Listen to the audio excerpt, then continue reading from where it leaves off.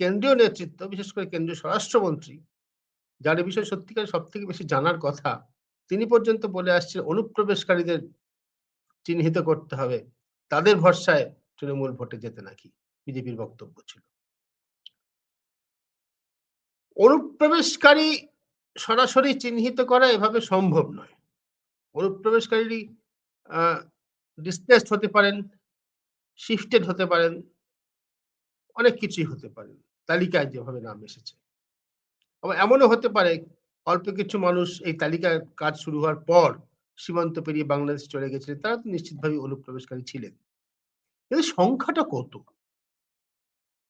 সংখ্যাটা বড়জোর লক্ষের অঙ্কে, হাজারের অঙ্কে হতে পারে, বড়জোর লক্ষের অঙ্কে। মুষ্টিমেয় করে গোনা লক্ষের অঙ্কে হতে পারে। কোটি কখনোই না।